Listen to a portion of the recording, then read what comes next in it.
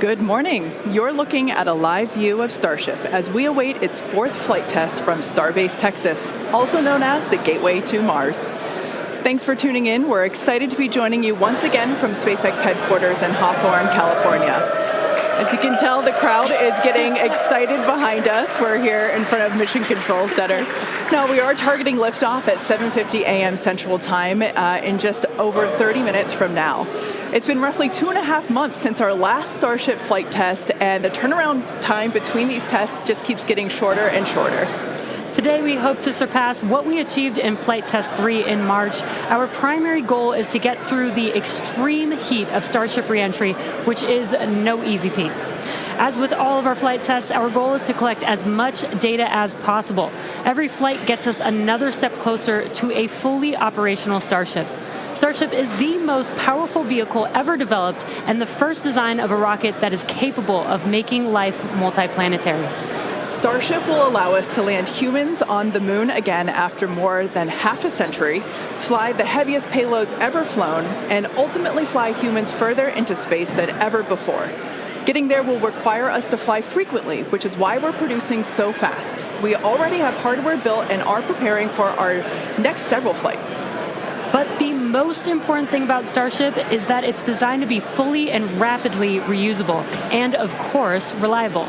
We've been designing from day one to realize a vision of having an entire city of people on Mars, something we know will take launching millions of pounds of cargo and equipment into space spread across thousands of launches. The faster we can learn now, the faster we can improve and evolve Starship to achieve this vision. And that brings us to today's flight test, the fourth of many that will get us one step closer to Mars. But before we dive into the details of today's test, let's do a quick rewind and talk about our last integrated flight test, Flight 3. On March 14th, Starship successfully lifted off at 8:25 a.m. Central Time from Starbase, Texas. It cleared the launch tower and went on to accomplish several major milestones and firsts.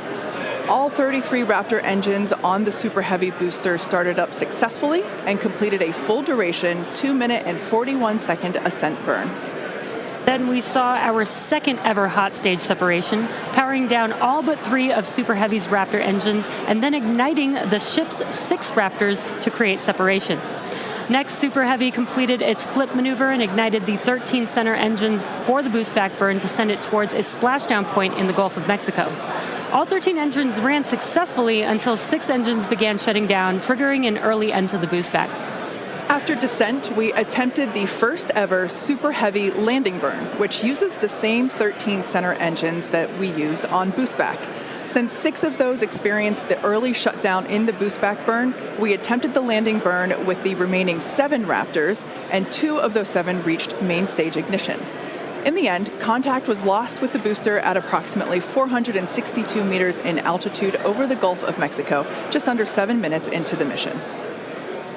Post-flight data reviews showed that the early boost back burn shutoff was most likely caused by filter blockage where oxygen is supplied to the engines.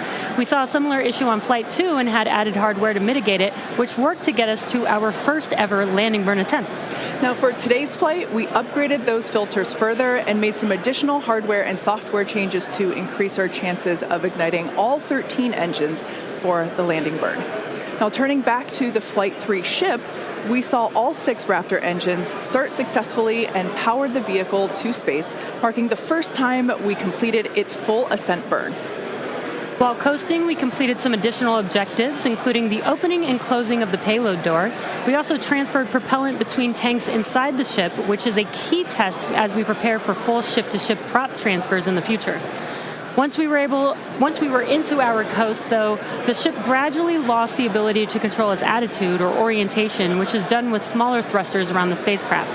As a result, the vehicle experienced some unplanned rolling. It still flew on the planned trajectory, but losing attitude control triggered the flight computer to skip a planned relight of a single Raptor engine while on orbit. And then the moment that we all had been looking forward to for so long, as you can see here, the ship's re-entry from space. This was the first time that we were able to get real live flight data on things like heating and vehicle control during hypersonic re-entry, of which we will talk more about later. Not having attitude control meant both protected and unprotected areas saw heating much higher than anticipated. But we were able to get live, high-definition views and real-time data during entry thanks to Starlink terminals on the ship, which itself was a widely successful test. This gave us confidence that we'll continue to get unparalleled insight into the ship's re-entry in order to rapidly improve. And as they say, all good things must come to an end. And for Flight 3, this occurred when contact with the ship was lost at approximately 65 kilometers in altitude, roughly 50 minutes into the mission. After reviewing data from the flight, we found the most likely cause of the unplanned rolling seen during the ship coast phase and reentry phase was blockage of valves that help control the smaller attitude control thrusters. We upgraded these to make them more resilient and added some additional thrusters for redundancy. Overall, we learned a tremendous amount from that last flight, and capping it off with those re-entry views was truly an exciting end to the mission. Incredible. So back to today's test. Today's mission profile is similar to Flight 3, but we have new test objectives, the first of which is getting through the extreme heat of re-entry. About 27 minutes from now, Super Heavy will ignite its 33 Raptor engines and lift off from Starbase. A little more than 2.5 minutes into flight, the Super Heavy booster will separate from the ship in a hot stage separation, meaning that it'll light its engines while still attached to a partially lit booster. The booster will perform a flip maneuver, followed by a boost back burn. About 2 seconds after that burn ends, we'll jettison the booster's hot stage. As it heads back to Earth, the booster will attempt a landing burn before splashing down into the Gulf. Meanwhile, the ship's engines will remain lit for just under 6 minutes during its ascent before shutting down for the coast phase. The ship will coast for about 40 minutes or so, reaching a peak altitude of 214 kilometers. And after its coast phase, the ship will attempt a controlled re-entry, including a flip maneuver and a landing burn, before splashing down in the Indian Ocean. Now, we say attempting because, again, this is a test, and nothing is guaranteed. As we mentioned earlier, the booster and the ship have to contend with some extreme conditions on re-entry. For this flight test, we do not plan to recover any hardware from the booster or the ship. With the exception of Falcon, this is no different than what happens to most rockets flying today that are expended or fall into the ocean after completing their mission. Eventually, we will land and recover Starship boosters and ships, as we do today with Falcon 9 and Falcon Heavy boosters. And in fact, we've landed 316 Falcon boosters to date. Even though recovery is not planned, the telemetry and data we receive all the way to the end is what we're looking for, which will help us continue to build a rapidly reusable Starship for the future. In other words, the payload for this mission is data. It's also worth mentioning that the hot stage jettison is an off-nominal procedure that we're using as a temporary way to reduce the weight of the vehicle for its water landing today. Yeah, exactly. Future designs give Super Heavy boosters a lighter weight integrated hot stage intended for full reusability, which will mitigate the need to jettison the hot stage.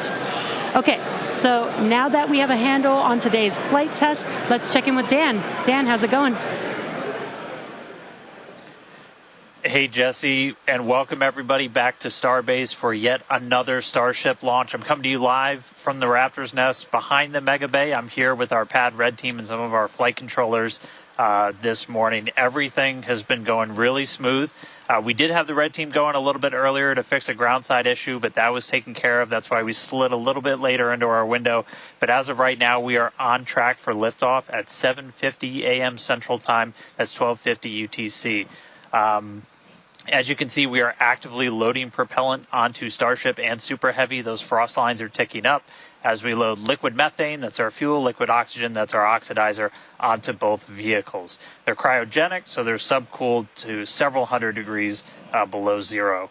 Since Flight 3, we've made a few more upgrades, helping to bring Prop Farm 2.0 online. That's just going to help us to continue to shorten the amount of prop load time that we're going to need. We're also going to be using it for Launch Tower number 2, which is going to be coming to Starbase real soon. The faster we go, the less prop we're going to lose to boil off, and the better we can ensure things like temperatures are in the right range for Raptor startup. Now, those first two flights took about 90 minutes to load prop on board. That third, we knocked it all the way down to just 51 minutes. We're aiming for about 46 minutes of prop load time for today's op. Eventually, hoping to get that down all the way to 40 which for some context, that's just 5 minutes more than we take to load Falcon 9, but we're doing it with 10 times the amount. So this morning, ship prop load started at T-minus 50 minutes, booster at T-minus 43 minutes. We're going to pause the ship main tank prop load in just a couple of minutes to do the header tanks, which are going to do that attempted ship landing burn. We expect the ship to close out all of its prop at about 3 minutes and 20 seconds before liftoff, and then booster at about 2:50.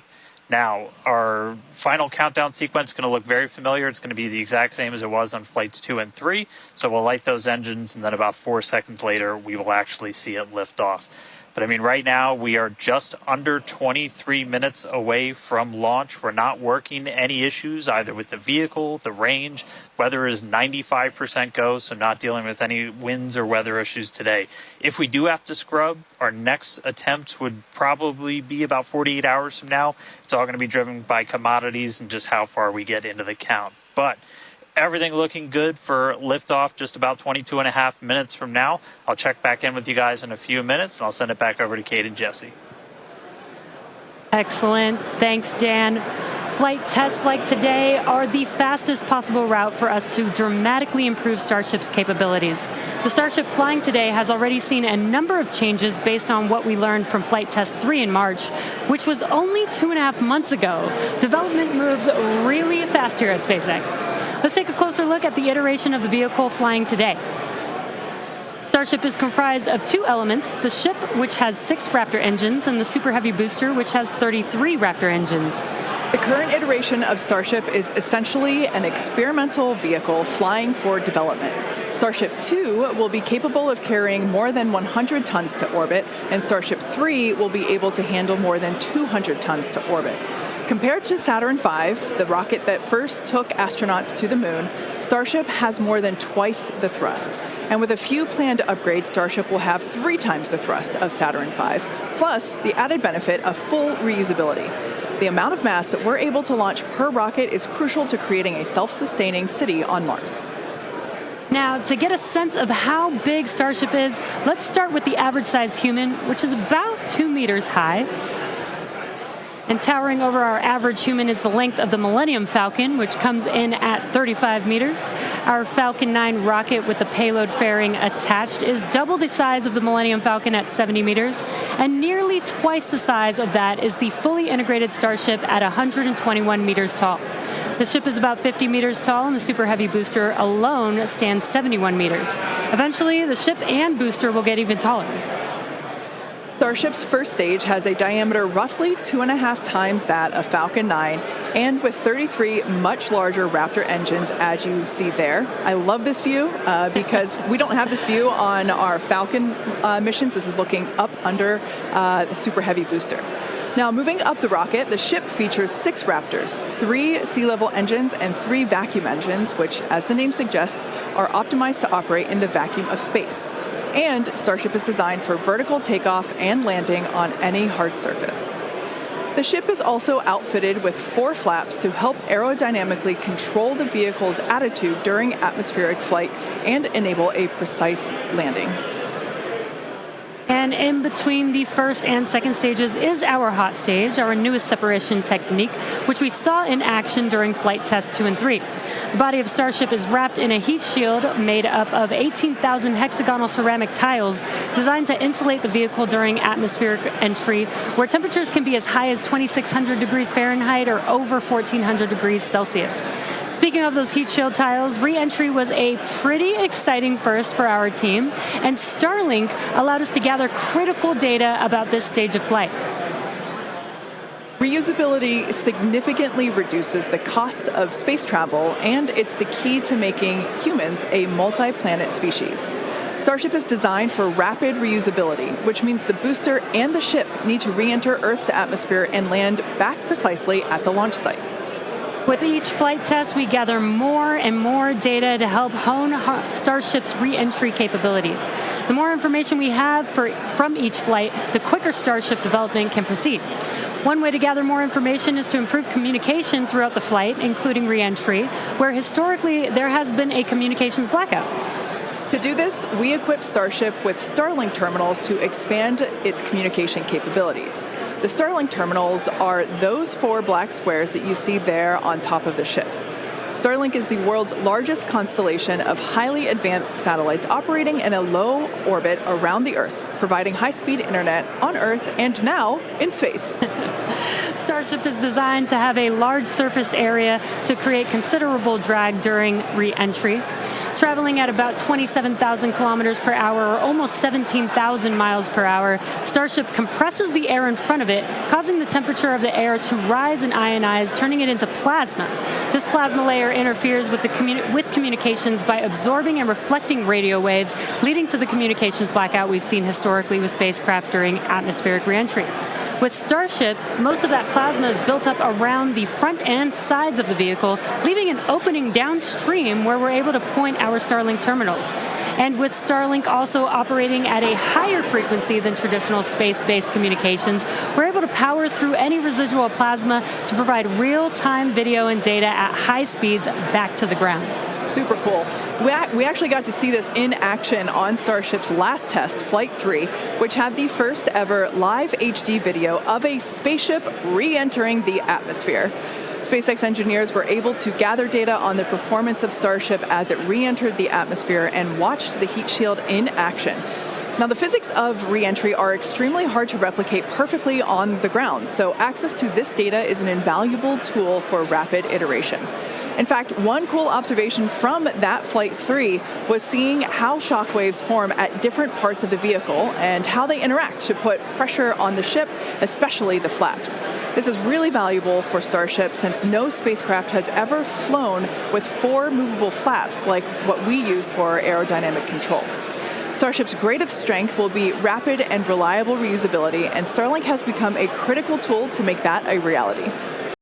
Over the next few flights, we'll continue to improve the Starlink performance on Starship, eventually enabling more views and enabling more data to be transmitted in real time. And we'll keep experimenting during entry. You might have noticed a few tiles missing or looking different near the bottom of Starship.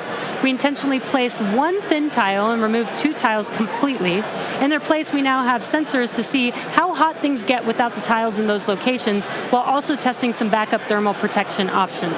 Ideally, we expect Starship's reentry to improve on each flight, thanks in part to this wealth of new data. But if getting to space is hard, returning from space is even harder. That's right.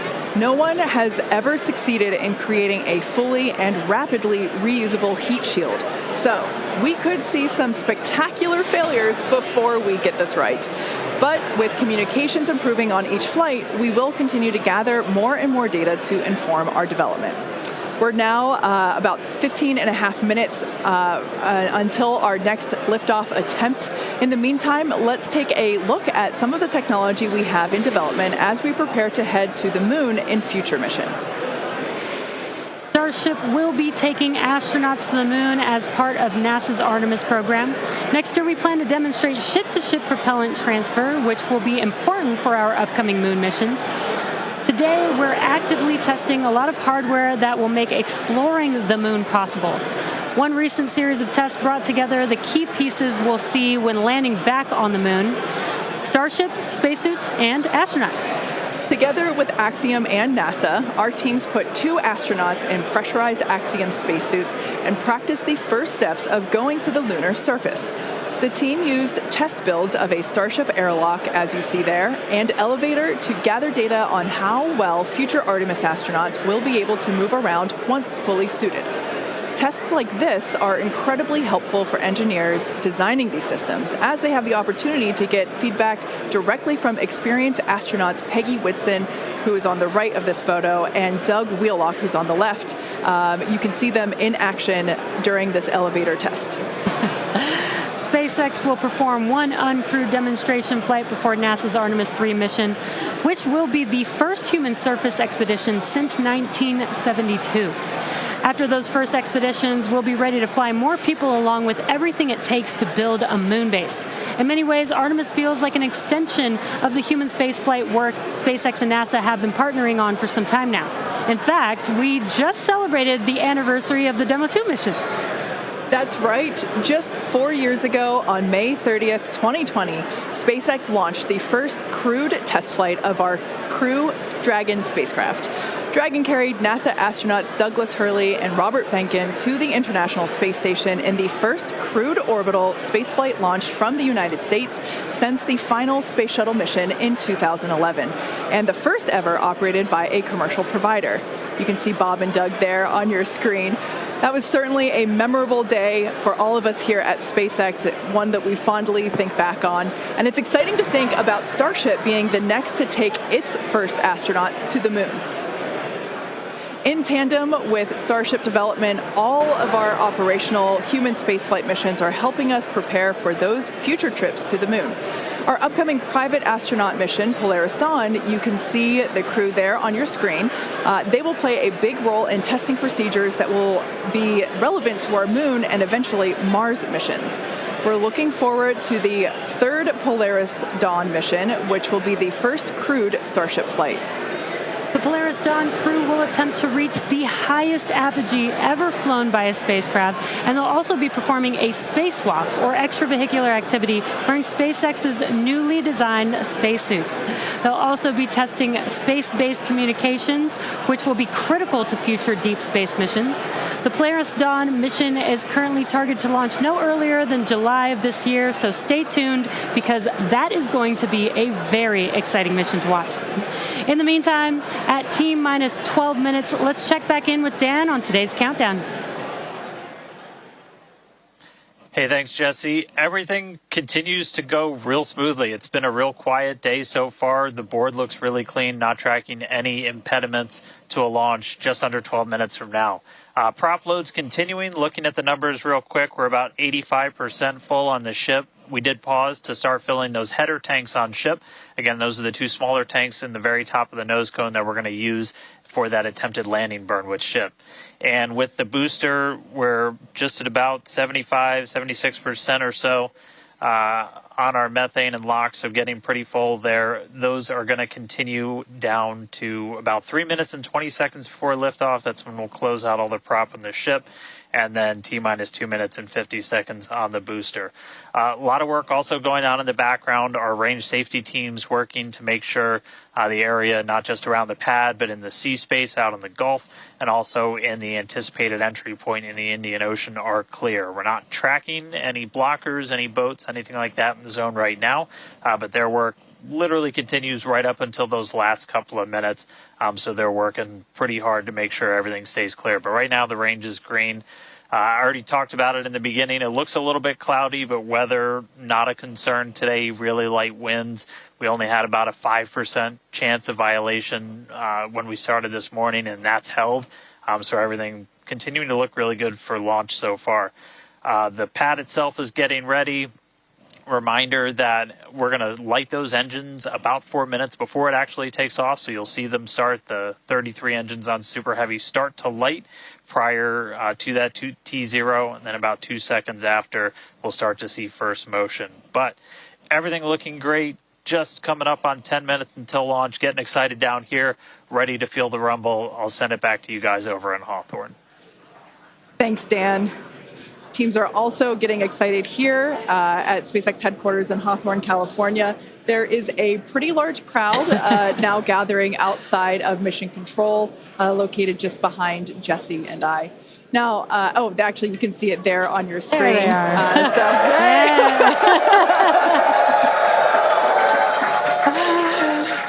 Everyone getting super pumped for our fourth flight test. Now, as a reminder on that note, today is just a test, the fourth of many future flight tests of Starship before it becomes fully operational. So whatever the outcome and however far we get, we can promise excitement. This rapid iterative development approach has been the basis for all of SpaceX's major innovative advancements, including Falcon, Dragon, and Starlink. Today, we've successfully landed Falcon 9 boosters 316 times, changing humanity's understanding of what's possible when it comes to rocket reusability. And even though we are not recovering the booster or ship today, test flights like these provide critical data through every phase of flight. which will get us closer and closer to full reusability, and we have a lot more tests planned for this year. When we start recovering Starship boosters, we'll want them to return to the launch site for a quicker turnaround, which you can see in this animation on your screen. And that's when the tower reveals its dual purpose. After launch, the arms or chopsticks on the tower will help guide the booster into position to ensure a precision landing. And our goal for the near future is to have 4 launch towers, 2 in Cape Canaveral in Florida, and they will look very similar to the ones that you see here in this animation. As we know, we find that our renderings tend to end up looking really similar to real life. So while this is a rendering, we do know we can look forward to this in the future. Like I said, we're going to have 2 at Cape Canaveral in Florida and 2 located at Starbase. Starbase will continue to be used for flight tests, and the towers at the Cape will come online as we prepare to fly operational Starship missions. In fact, we recently upgraded the actuators in the chopsticks, which are responsible for swinging those arms in for a catch. And we'll be testing an operational step on this flight by moving the chopsticks to the catch position immediately after Starship flies away. That's going to be really incredible to see.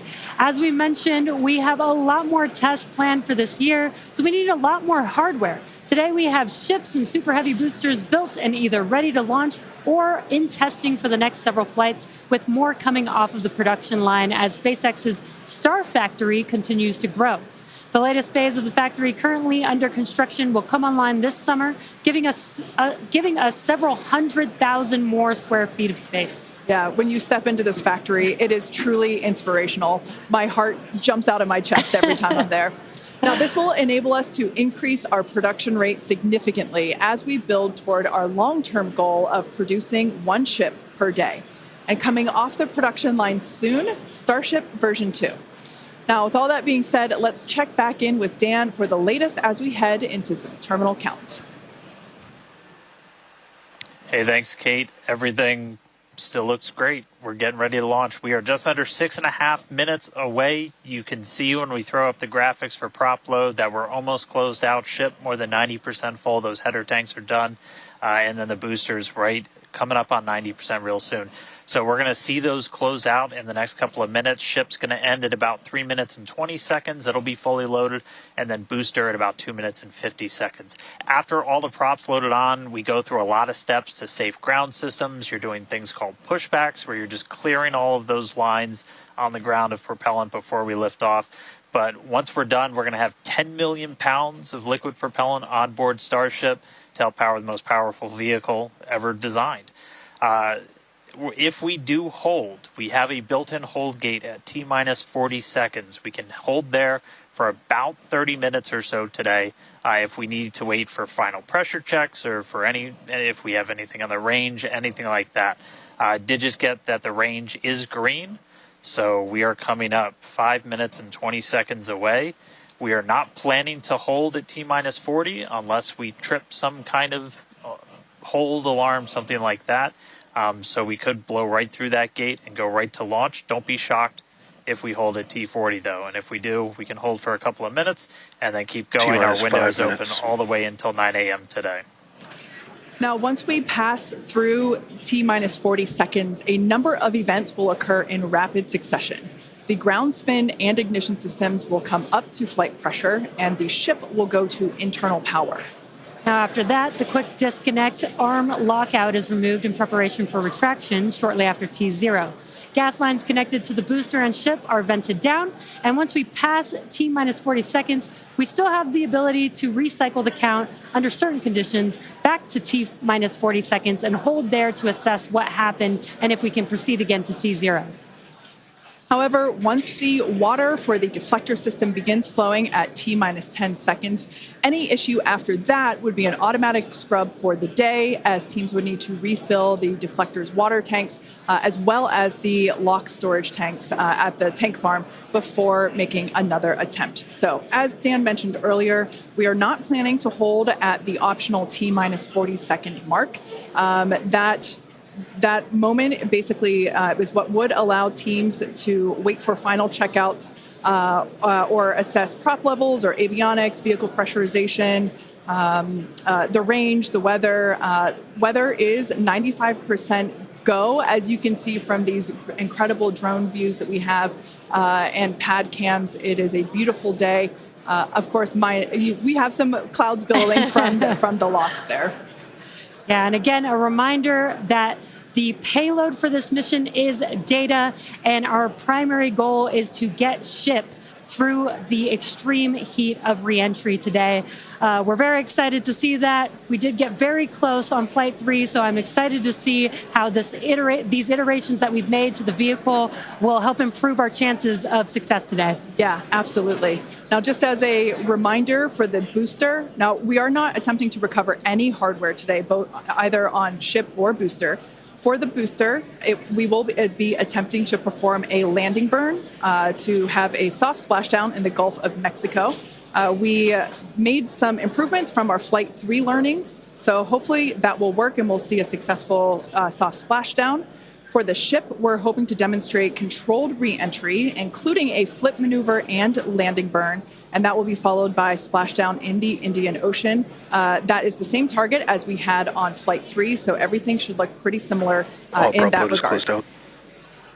And we just heard the call out there that all prop load is closed out, so at this point, there is like 10 million pounds of propellant on board Starship, which is incredible. This is getting very exciting. We are just about 2 minutes away from T0.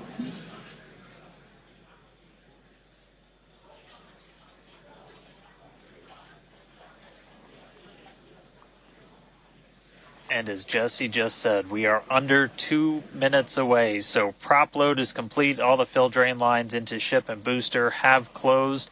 Right now we're doing the pushback, so clearing out all those ground lines of propellant. And that'll be completed over the next couple of seconds. We're coming up on that T-minus 40 mark. Again, not planning to hold. If we do, or if we get a hold after we pass it, we can snap back to that T-minus 40, and then we can stay there for about 30 minutes or so if any other issues crop up. Once we pass T-minus 40, a lot of things happen, both on the vehicle and the ground. It's running a lot of its own self-checkouts, venting different tanks and pressure lines throughout the vehicle.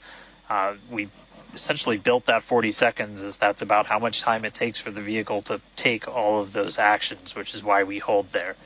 But all of that happens automated. You do a final checkout of the TVC, the thrust vector control, how we're going to steer.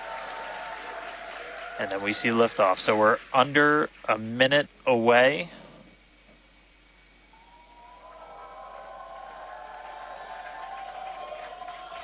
"45 seconds and counting. Good event, game met. All right, now as we close in, we are past the 40-second mark. So let's listen in. Flight Director Ty Huntington's going to take us through one more time for a Starship liftoff.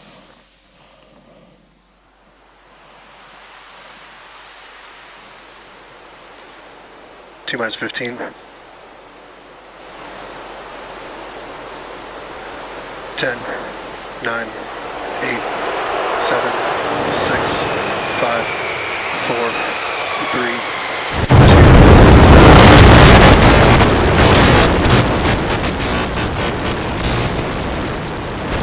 We have liftoff.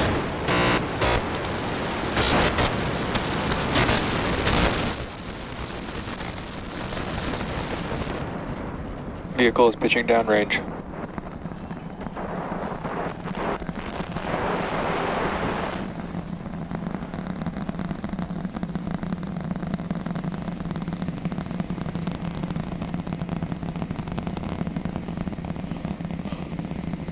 All right, 30 seconds into flight. The rumbles are still building here in the Raptor's nest. We're seeing 32 out of 33 engines lit on the Super Heavy right now. Coming up shortly is going to be max Q, that maximum aerodynamic pressure as we go uphill on the vehicle.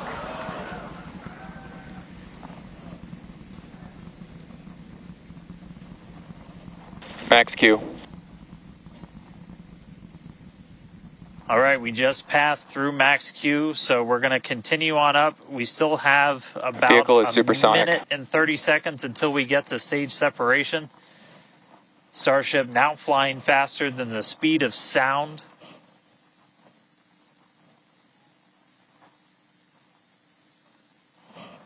All right, so you got a couple of views. You got some ground trackers in your top camera there. You're looking down from the top of the booster in the bottom left, and then a camera in the top flap of the ship looking back in the bottom right, so getting a couple of different looks as Starship heads uphill. Once we get the hot staging, a lot of things happen all at once simultaneously.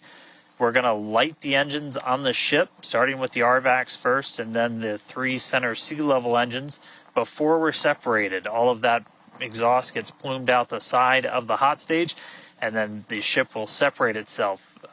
All but the 3 center engines on the booster are going to shut down, so the booster never stops its thrust while we go through this hot stage maneuver. After that, the booster is going to do its flip, start heading back, and then the ship will be on its own power on its way to space. So that should be coming up in just about 30 seconds from now. As of right now, still looking in like 32 out of 33 Raptors lit on the booster. And we'll start to see those stagger down. They're going to turn off in banks, so you'll see the lights on the bottom left screen of the engines that are active start to turn off in different groups, and you'll see those 3 center ones lit. Booster engine cut off. Ship ignition. Stage separation confirmed. Boost back burn, start up. Acquisition signal, Houston.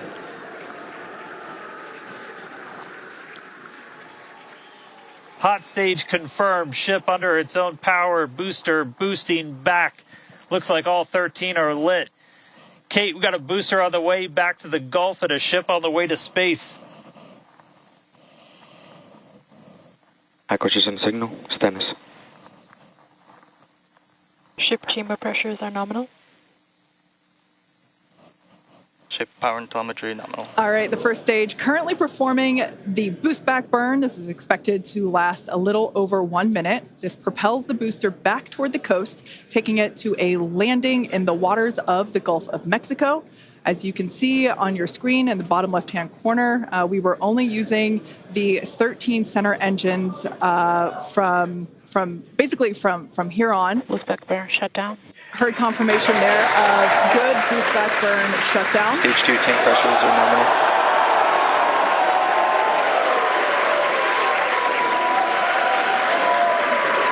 Lots of excitement. So right here,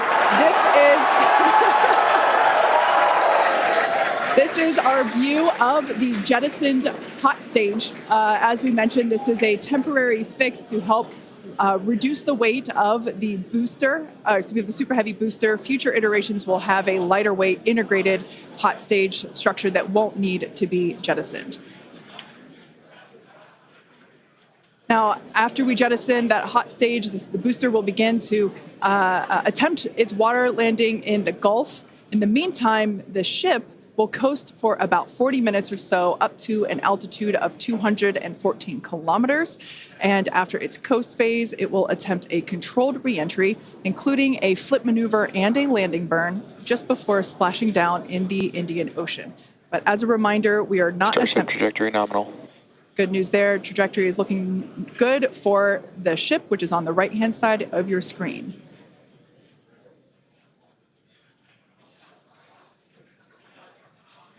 At this point in time, as you can see, we have no engines lit on the booster. It is coasting back toward the Gulf of Mexico for a water landing and ship under power of all 6 Raptor engines. There's 3 sea level and 3 vacuum Raptor engines that are lit, as we can see on your screen.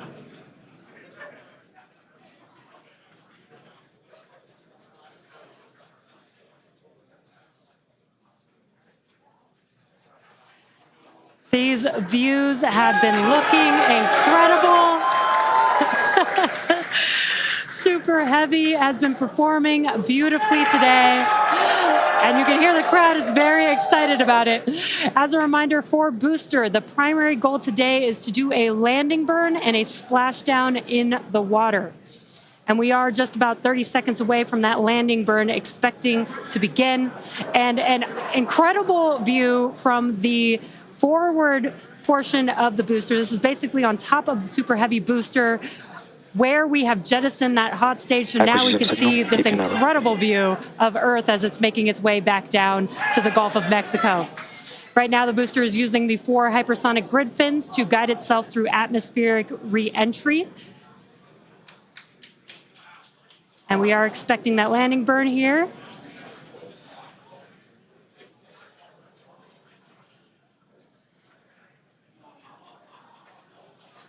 And we will be igniting 13 engines, and this is a great view. On your left-hand side is 3 views from the booster, and your right-hand side a view from the ship. And you can see those grid fins on your left-hand screen rotating and turning to guide the booster, and there's that landing burn.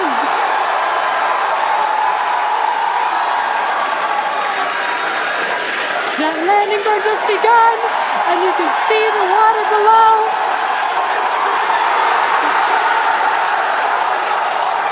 And we have splashdown.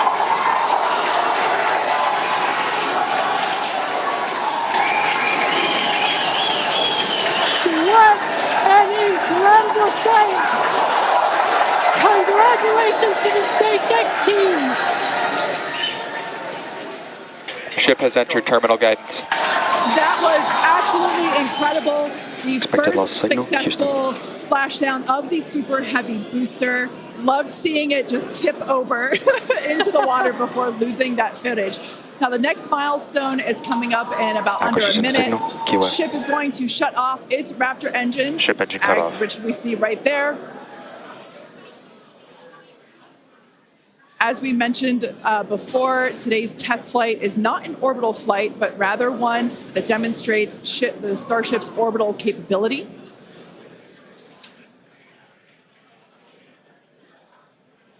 So right now, we are under power with just the 3 center Raptor engines.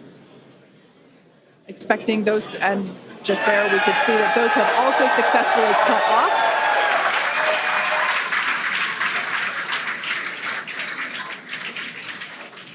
Ship FDS is saved. What an incredible... Nominal orbit insertion. Oh, there's great news there. The call out we were hoping to hear. Amazing views once again from Starship. We have our second Starship in space. These live views being brought to us by Starlink, which is on board the ship. Dan, what an incredible view we have once again. So exciting. We got another ship in space. I'm like still jumping up and down. This whole building was going absolutely insane when we saw the booster hit the water. I mean, wow. Congrats to everybody that's just been putting in insane amounts of hours on everything to make this thing a reality. And I feel like every single time we do one of these, we're seeing something wildly new. We got to see the hot stage jettison and the booster in the water. But just to recap real quick over everything that's happened. So we lifted off at 7:50 a.m. only 9 minutes ago. How has it only been 9 minutes? 7:50 a.m. Central at 12:50 UTC. We saw 32 of the 33 Raptor engines on Super Heavy make the ascent. We had successful cutoff, successful hot staging. All 6 engines on the ship powered it all the way into a nominal orbital trajectory. And we've already been getting some live views from the ship on board. After that, the booster was able to do its boost back burn. Oh, this looks like we're actually getting some views from the ground still, potentially from Florida, of the ship as it's up there. That's a view from some of our tracking cameras on the ground in Florida. But the ship, we just heard successful orbital insertion, so it's right where it needs to be and is now going to continue on its way to coast until it comes to reentry. But I mean, the booster, successful boost back burn, jettison the hot stage, and then a landing burn. It looked like we saw 12 of the 13 engines light up, and then that first ever soft splashdown in the water. So a whole lot still to come. Ship now on its way to its primary objective of entry. That's going to be coming up in just under 40 minutes from now. So a lot still to come, but wow, what a 9 minutes to start this mission off. So can't wait to see what entry is going to show us, but that launch was incredible. Back over to you, Jesse and Kate. Wow. I am still trying to catch my breath here. That was some incredible views that we have never seen before. It has been nonstop since liftoff, and with the booster having completed its job for the day, we're going to take a short break for about the next 28 minutes, and we'll return while we're going to take a break while the ship is continuing to coast before re-entry. Exactly. As with Flight 3, Starlink may enable us to talk with the ship through re-entry with no communication blackout. We are still testing Starlink during this phase of flight, so of course nothing is certain. However, if we do have views, we will be sure to bring those to you live. Views such as the one, that we had. Well, of course, because I said it went away. So we will try to bring those to you live. Exactly. Views or no views, we'll see you back here at T plus 40 minutes for coverage of Starship's re-entry, flip maneuver, landing burn, and splashdown. Expected loss signal, Key West.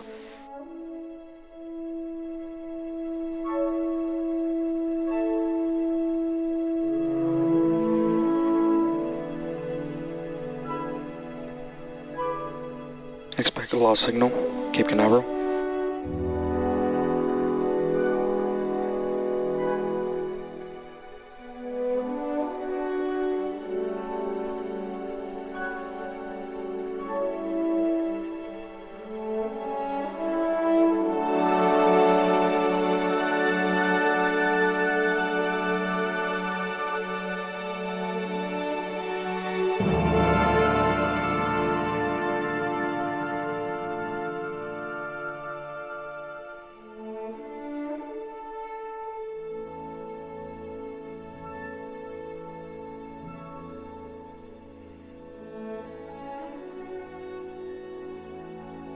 Acquisition signal, Puerto Rico.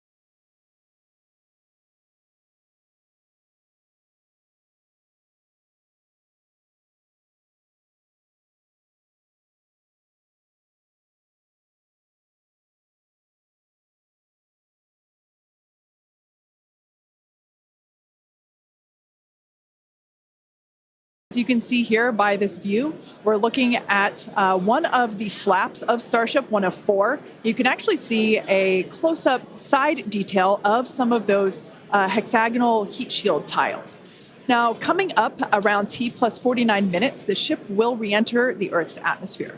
As a reminder, the primary goal of today's flight test is for a ship to make it through the extreme heat of re-entry. This is typically a portion of flight where we don't have communications with the spacecraft because it's re-entering at or around orbital velocity, which is about 8 kilometers per second or roughly 5 miles per second. At those speeds, the spacecraft moving through the atmosphere results in friction and creates a plasma field around the vehicle. That blanket of plasma distorts, as you can see, that plasma blanket, which you can kind of see here, distorts communication frequencies, so we're left with a brief blackout in communication.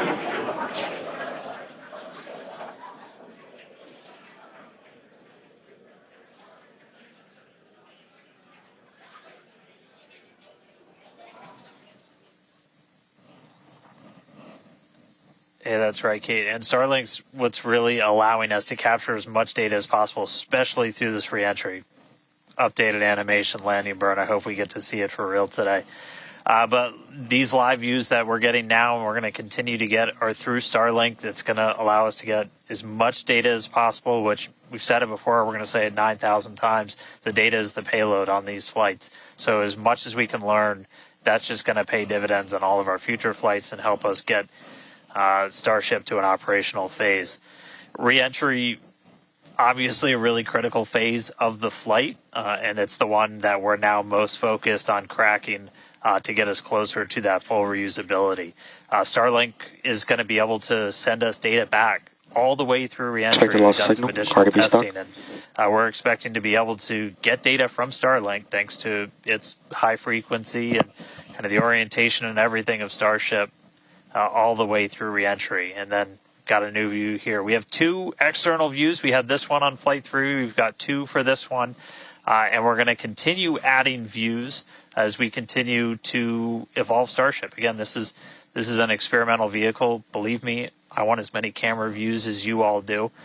So huge shout out to the AVI and the software teams and everybody that's been working with us. We're getting more cameras on Starship. Not just because it looks cool, but this provides an incredible insight into reentry, which is, historically a really tough window to look through. Approaching entry interface. The physics of reentry are insanely intense. One of my favorite NASA astronauts, Victor Glover, recently described it as with the forces and the flows and the temperatures, it's like pointing at a raging river in one spot and saying, tell me exactly what's happening right there. And that's what a ship is experiencing as it goes through, as it's moving through the atmosphere at, more than 5 miles a second and heating up to thousands of degrees. So just having visual representation, just being able to see what's happening is incredibly valuable. So these views are going to be through Starlink. We've got this one. This is in one of the forward flaps looking back. So if you see it rotating around, that's because, again, it's embedded in one of those forward flaps. So as we get through and we start to build up density in the atmosphere, this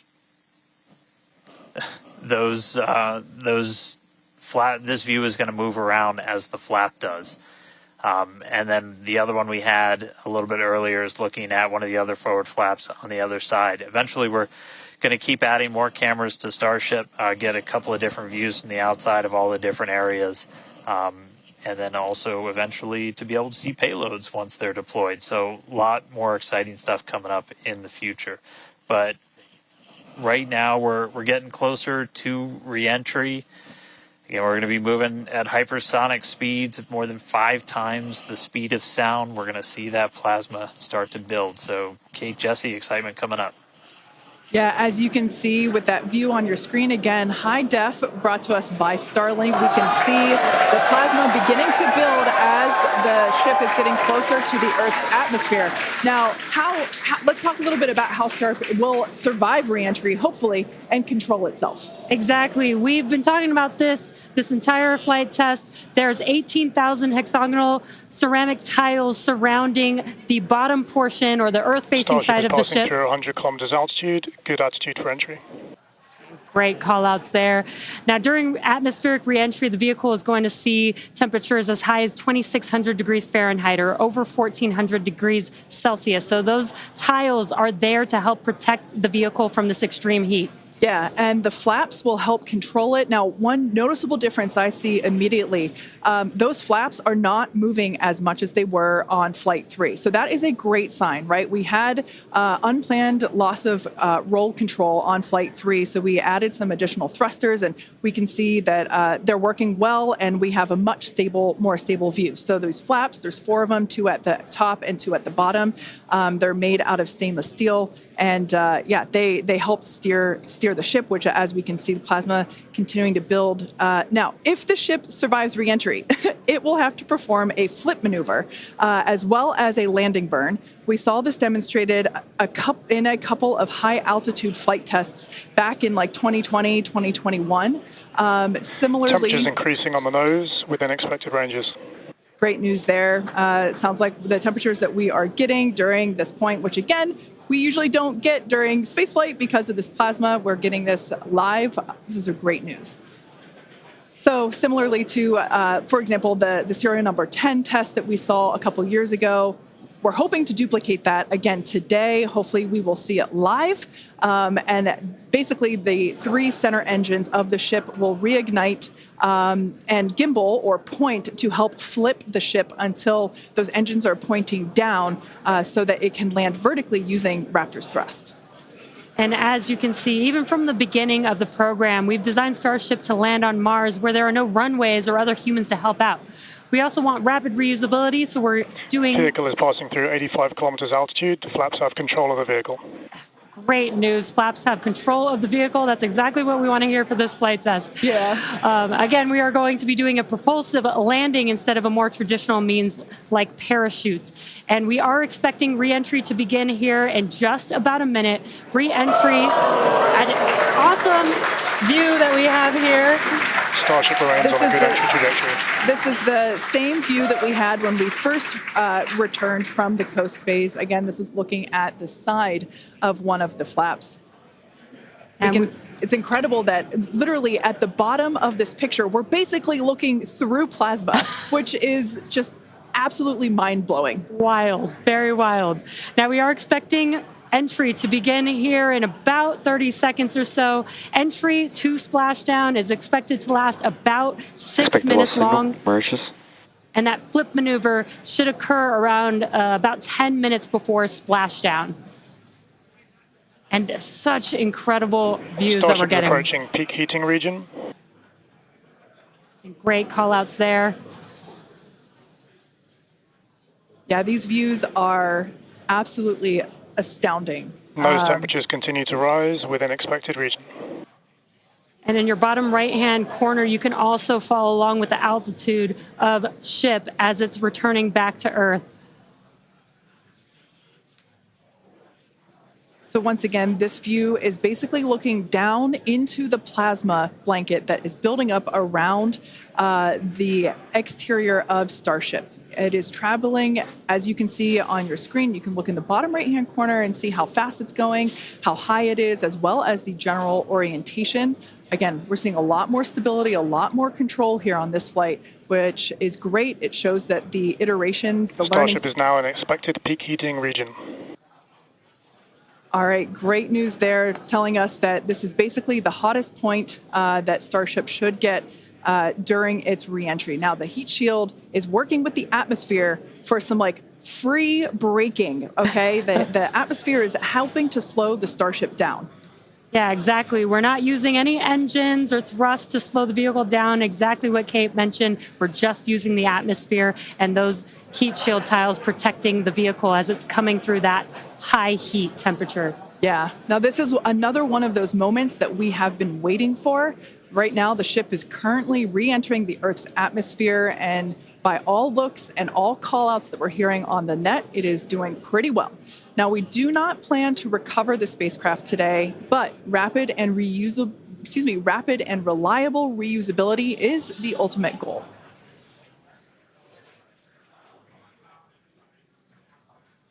And Just pausing to just take in this incredible new and different view that we're seeing.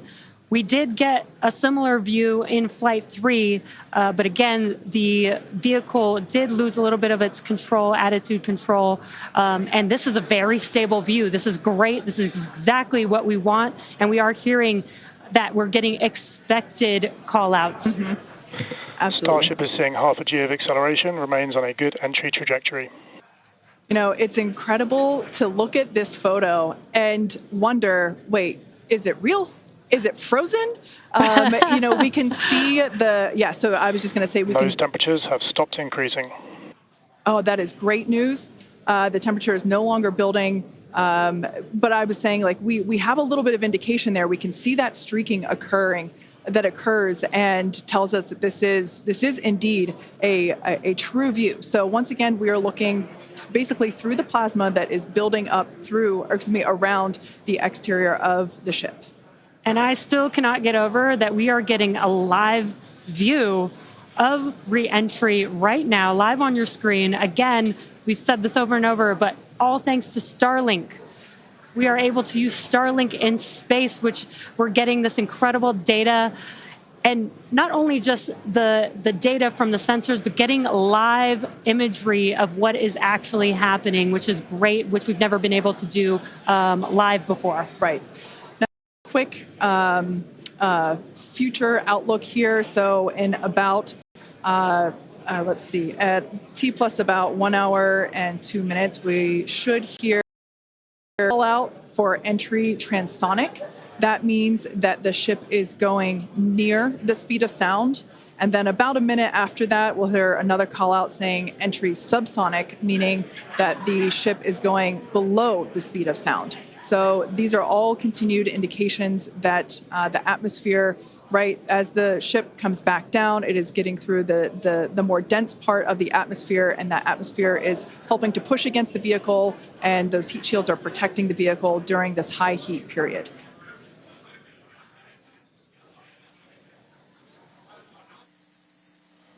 Yeah, Kate and Jesse, we're starting to see as the atmosphere gets denser, you're starting to see a few more particles make an appearance in the plasma there. You can see you're looking down at the aft end of the ship in the top left, and you're seeing essentially the flame build up as we go through reentry.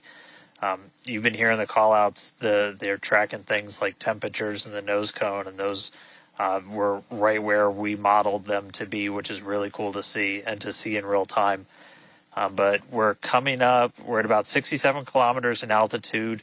Our last signal with the ship on Flight 3 was at 65, so we should be making it past that point shortly. Obviously, as you guys pointed out, we're in a much better control this time as we re-entered in the right attitude, and our flaps have been steering the way so far. Once we get through transonic, that's when you've got essentially Raptor landing bird. Different areas around the vehicle where the air is either moving faster or slower than the speed of sound. We'll eventually get to subsonic, which we have some experience with. We did in our suborbital campaign. Start of rapid chill. And Starship will eventually get down to its terminal velocity as it's floating down to the water. That's just about 200 miles an hour or so.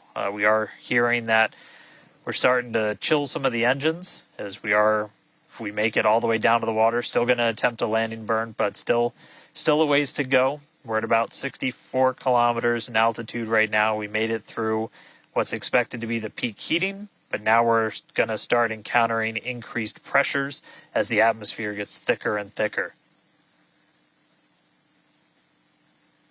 So we're at 63 kilometers, so we've already made it farther than we did on our last flight when that last signal was coming at 65 kilometers. So again, what we're really looking at here is the performance of the heat shield, of the flaps, of the seals in the flaps. There's just a whole bunch of different areas that we're keeping a really close eye on as we re-enter.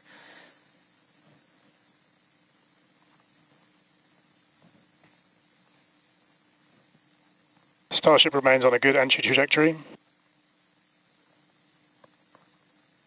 And looking like we're still on a good trajectory. If you're seeing little camera moves, that's the flap moving as it continues to maintain. the attitude of the vehicle as it re-enters. And I mean, not just camera views, but we've got sensors inside the ship. We've got those sensors down at the very aft end of the vehicle where we pointed out we had some intentionally missing tiles, where we've got some sensors looking at just how hot it's getting around there.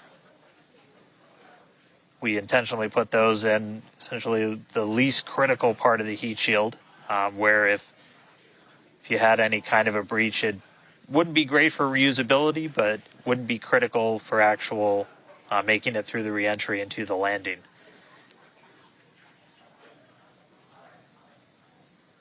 "58 kilometers, we're continuing to descend.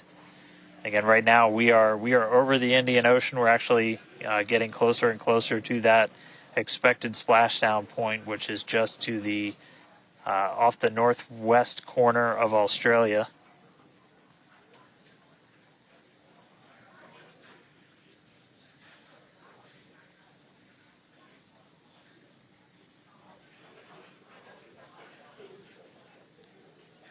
And if you keep an eye on our speed, the speed is dropping. We're hitting the thicker part of the atmosphere now. The speed's going to start dropping precipitously. We're going to start getting to transonic pretty soon, and then after that we'll get into subsonic, where we're moving less than the speed of sound. But wow, what a light show so far!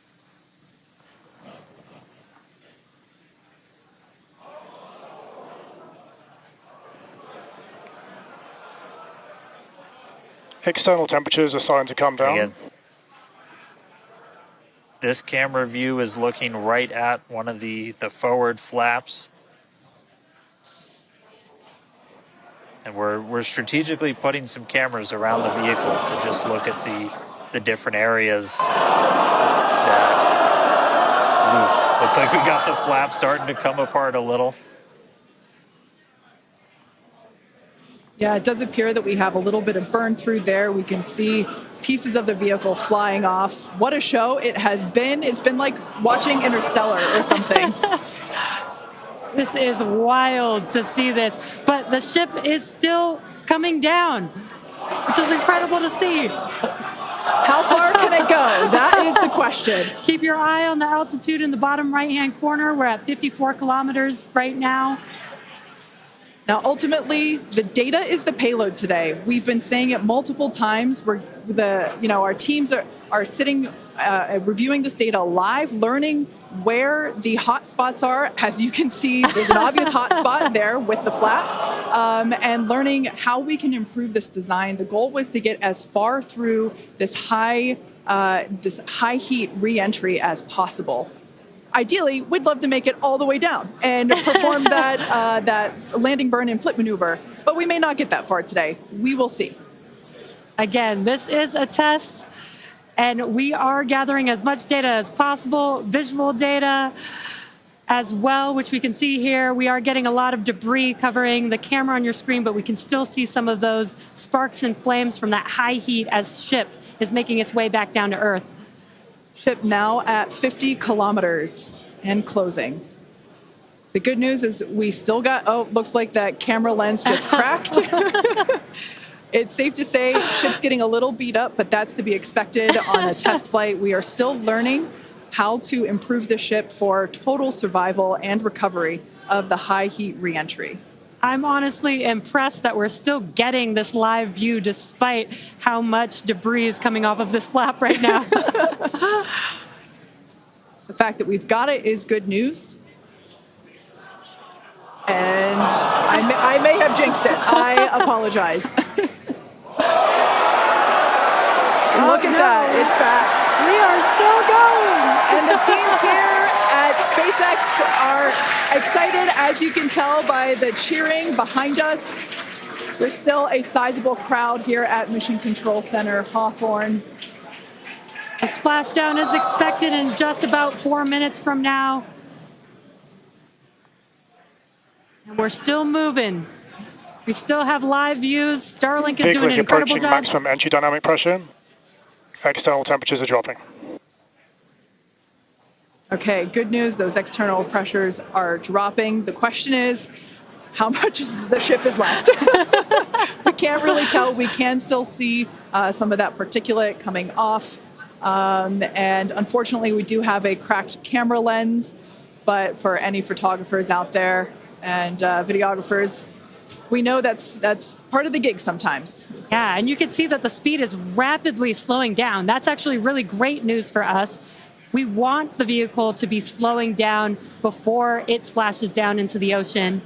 That'll help set us up for that flip maneuver, engines first, down into the water. Exactly. So we have seen this flip maneuver demonstrated on previous high altitude flight tests like serial number 8. Oh, more views.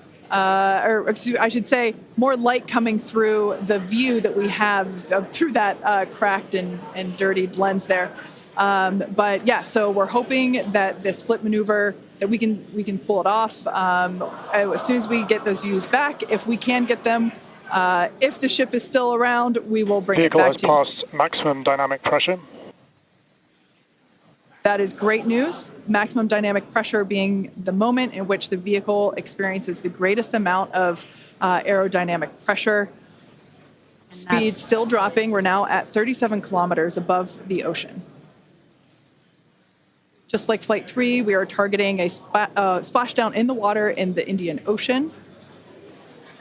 And we don't have a live view right now, but because we're still getting data and telemetry, that does tell us that ship is still doing okay, at least. And there we got that live view back. The crowd very excited to see that view, despite not being able to see very much. The fact that it's there tells us the ship is still alive. Yes, and collecting data, continuing to collect data as we get closer and closer to Earth. Yes, now 30 kilometers, now 29 above the Indian Starship is Ocean. at 30 kilometers altitude, Mach 2. Sounds like the vehicle's traveling, as we just heard, Mach 2, which is, looks like we might, I thought maybe it might clear up. It is a little bit, now at T plus 1 hour, 3 minutes and 13 seconds into Starship Flight 4, hoping that the ship can hang on. It's probably potentially hanging on by a couple of bolts and threads, but it's still going, and that is excellent news. That deceleration is looking incredible. We're about to go under 1,000 kilometers per hour. Yeah. Starship is at 20 kilometers altitude. Now, keep in mind that even though we can't see anything, the data itself is what we really are. Starship is subsonic. Subsonic, they're telling us it's traveling below the speed of sound.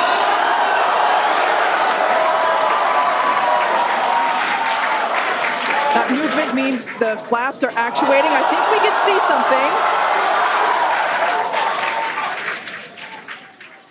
something. This is a nail biter. But we are, unfortunately, we can't see through the lens, but we're still getting the feed. Starship is now 11 kilometers over the ocean. All this data is incredibly important, even if, it breaks up right now. Okay, we can see that flap actuating through the glass. Starship is passing through 10 kilometers altitude. Okay, the next milestone will be initiation of the flip maneuver and landing burn. Keep an eye on the bottom right corner of your screen for those 3 center engines to relight. They will gimbal or angle so that the ship flips itself back up vertical and hopefully lands in a vertical position.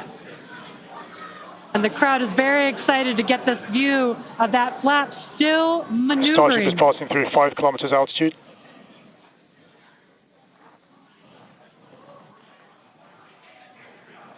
This is incredible. We're getting very close to splashdown. These fireflies are such a good sign of life right now. We wish we could see more, but we'll take it. Starship is at 2 kilometers altitude, terminal velocity.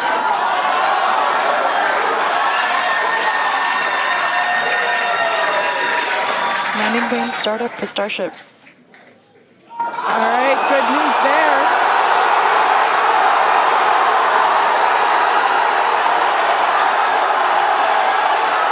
Nominal chamber pressure. Landing burn startup.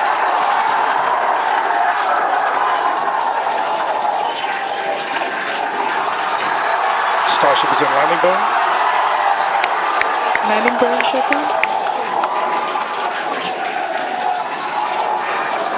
The landing burn shutdown was commanded.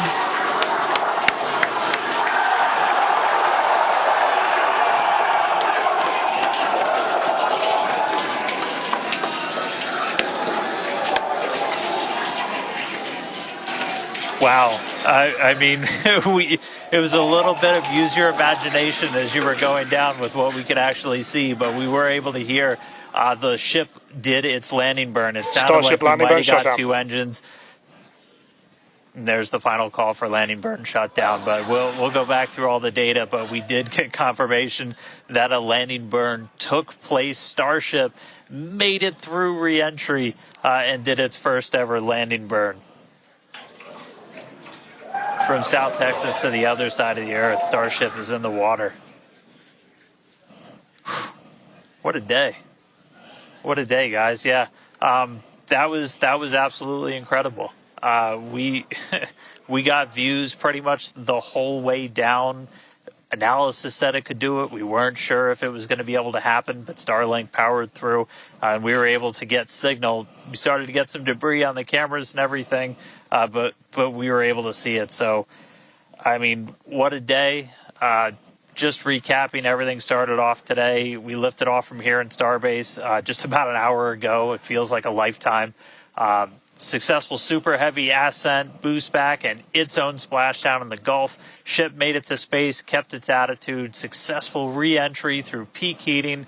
We got to see it under flap control through the atmosphere, and we got call out of our first ever ship landing burn after a launch into space. So just really incredible. So I'm going to take some time to collect myself, but wow, that was incredible. I can't wait for the next one. Over to you guys. It was so loud here. I haven't heard the crowd get that loud probably since liftoff of Flight 1, honestly. That was incredible. Congratulations to our teammates, to everyone who supported the Starship program. Thanks to all of our future customers for your support. And we'd also like to thank the people of Cameron County, Texas, as well as the Coast Guard, the Federal Aviation Administration, and the government of Mexico. And since Starship got a little bit toasty from that extreme heat of reentry, and we've got our very own Starship right here, let's have a toast of our own. I've been waiting all morning for this. Okay, may I? Light me up. Yeah.